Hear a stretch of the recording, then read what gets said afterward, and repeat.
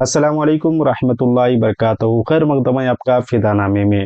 دوستو، آج کے ویڈیو میں ہم مرد حق آگاہ، استاذ العلماء، عالم ربانی، شاعر لاسانی، واعظ بے مثال، صاحب اوراد و اشکال، حضرت علامہ مولانا مفتی عین الحق شاہد نوری رحمہ اللہ علیہ کے حوالے سے عرض کرنے کی سعادت حاصل کر رہے ہیں۔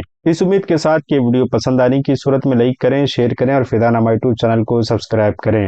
حضرت علامہ عین الحق شاہد نوری رحمہ اللہ علیہ کی ذات اعلیٰ صفات، بہت ساری خوبیوں کا مجموعہ تھی۔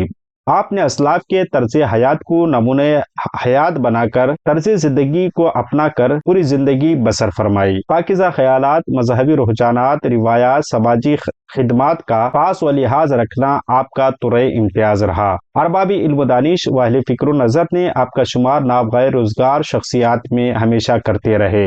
آپ ہر میدان میں کمر بستہ ہو کر اسے فتح کرنے کا ہنر جانتے تھے۔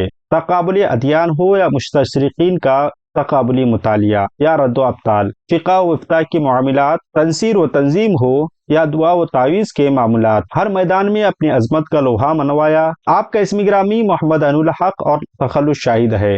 شعری دنیا میں آپ شاہد نوری کی حیثیت سے جانے اور پہچانے گئے۔ آپ کی پیدائش ضلع سرلاہی کے صدر مقام ملنگوا میں محترم صوبے دار علی بن میاں جان صاحب کے گھر 1444 کو ہوئی۔ والدہ ماجدہ کا اسم گرامی کثیرہ خاتون ہے۔ آپ نے پہلا نکاح حور جہاں خاتون بریلی شریف میں اور دوسرا عقد مسنون مدینہ خاتون ملنگوا سے فرمایا۔ پہلی زوجہ سے آپ کو 3 فرزند رضوان انصاری، فیضان انصاری، جاوید انصاری اور دختر عشرت خاتون، اور دوسری بیوی سے آپ کو 2 فرزند حفظان انصاری اور حسان انصاری اور 2 دختر عصمت خاتون اور نزہت خاتون ہیں۔ حضرت شاہد نوری رحمہ اللہ علیہ نے تاجدار اہل سنت مصطفیٰ رضا خان مفتی اعظم ہند علیہ رحمت رضوان کے دست حق پرست پر بیعت کا شرف حاصل کیا اور اسی نسبت کی وجہ سے اپنے نام کے ساتھ نوری کا لاحقہ لگاتے رہے۔ آپ کو اجازت خلافت حضرت علامہ ڈاکٹر قمر رضا خان رحمہ اللہ علیہ سے حاصل ہے۔ اس کے علاوہ تاج السنہ، توصیف ملت، توصیف رضا خان محدث العلی سے بھی شرف خلافت حاصل ہے۔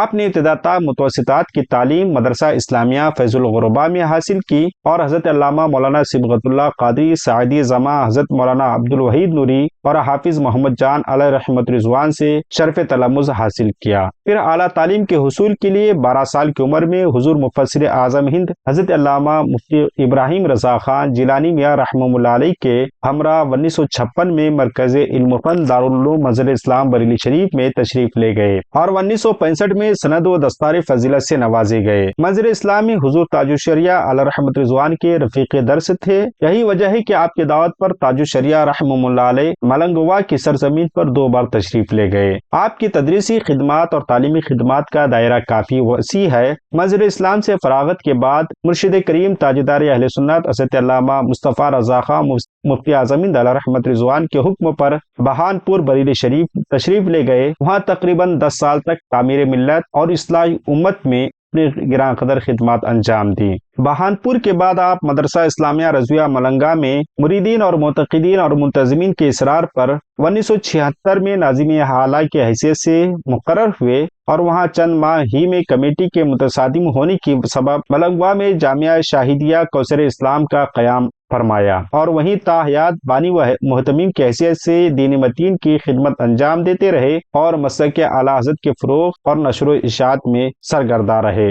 حضرت مولانا شاہد نوری رحمہ اللہ علیہ جہاں درس و تدریس سے وابستہ تھے، وہیں آپ شعر و سخن میں بھی اپنے فن اور ہنر کا بخوبی استعمال جانتے تھے۔ آپ شاعر ہونے کے ساتھ ساتھ مذہبی شفا خانہ کے حاذق طبیب بھی تھے۔ آپ کی دعاؤں تعویذوں میں بلا کی تاثیر تھی۔ کئی افراد آپ سے مستفیض ہوئے اور ایک جہان کو آپ نے سیراب کیا۔ بالآخر علم و فن کا ستارہ 62 سال کی عمر میں 2 دسمبر 2006 کو پیرگنج ہسپتال میں ہمیشہ کے لیے غروب ہو گیا اور آپ کو ملنگوا میں سپرد خاک کیا گیا۔ ہماری دعا ہے کہ رب قدیر آپ کے قبر انور میں رحمت انوار کی بارشیں نازل فرمائے۔ ملتے ہیں اگلی ویڈیو میں۔ السلام علیکم۔